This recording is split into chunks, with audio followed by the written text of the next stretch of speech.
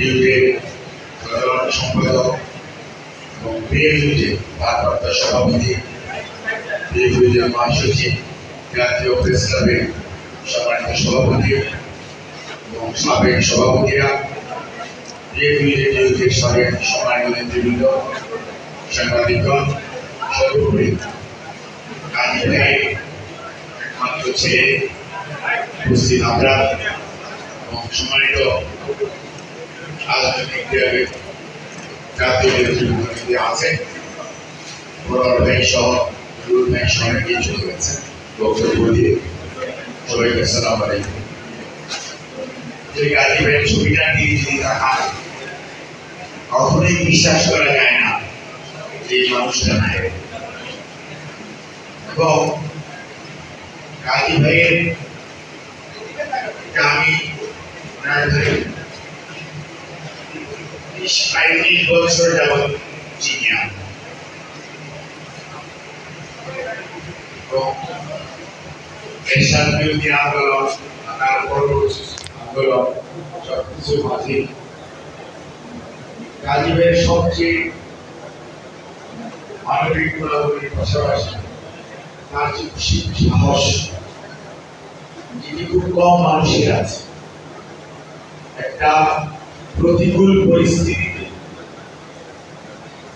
পিছনে কয়জন আছে বা নাই এটির দিকে কোনোদিনই খেয়াল করেন নাই।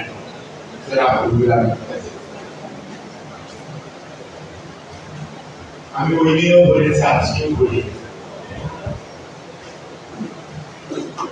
2013 20 অক্টোবর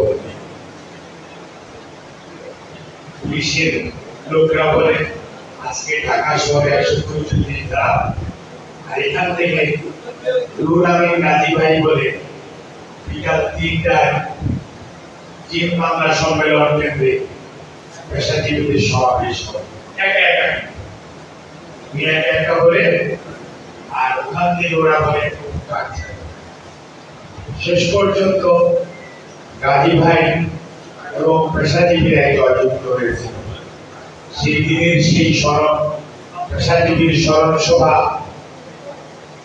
এ যাবৎকালের মধ্যে সর্ববৃহৎ এবং পার্টিসিপেটিভ স্মরণ সভা ছিল। তৎকালীন সময়ে মাহমুদ রহমান জেলখানায় ছিলেন, সম্মিলিত পেশাজীবী পরিষদের আহ্বায়ক জেলখানায় ভারপ্রাপ্ত আহ্বায়কের দায়িত্ব পালন করছিলেন জনাব নুরুল আমিন গাজী।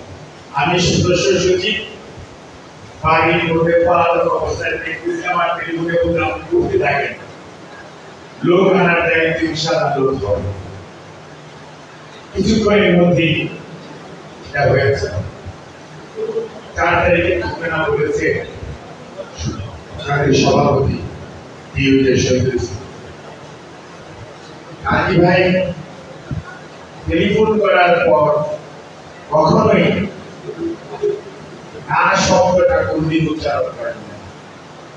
দেখে আসবো মানে উনি কোন কিভাবে তাকে দাওয়াত দিয়েছি এইসব বিষয়টা হচ্ছে কষ্টটা যদি হয় গণতন্ত্রের পক্ষে, কোন কারো অধিকার আদায়ের পক্ষে, সাগররুটি হত্যার বিচারের দাবিতে, সাংবাদিক নির্যাতনের প্রতিবাদে, চিকিৎসক সহ কৌশলী বিভিন্ন পেশাজীবী নির্যাতনের প্রতিবাদে, যে কোনো পেশাজীবীদের যে কোনো দাবি আদায়ের সংগ্রামে গাজী ভাইকে যখনই টেলিফোন করেছি তখনই গাজী ভাই কোনোদিন না করেন নাই। গাজী ভাই অসুস্থ ছিলেন 2019 সালের শেষে, অপারেশন হয়েছে। গাজী ভাইকে যখন জেলখানায় নেওয়া হলো, আমি দুর্ভাগ্যক্রমে আন্তরিক বিভাগের ডাক্তার, আমার কাছে খুব কষ্ট লাগতো। এই মানুষটার চিকিৎসা হবে, এই মানুষটার তো ফলো আপ দরকার, এই মানুষটার নিয়মিত পরীক্ষা নিরীক্ষা করা দরকার। এই সুযোগটি তার ছেলে বলল, আপনারা অনেকেই সাক্ষী দিলেন, 17 মাসে তাকে দেওয়া হয়নি।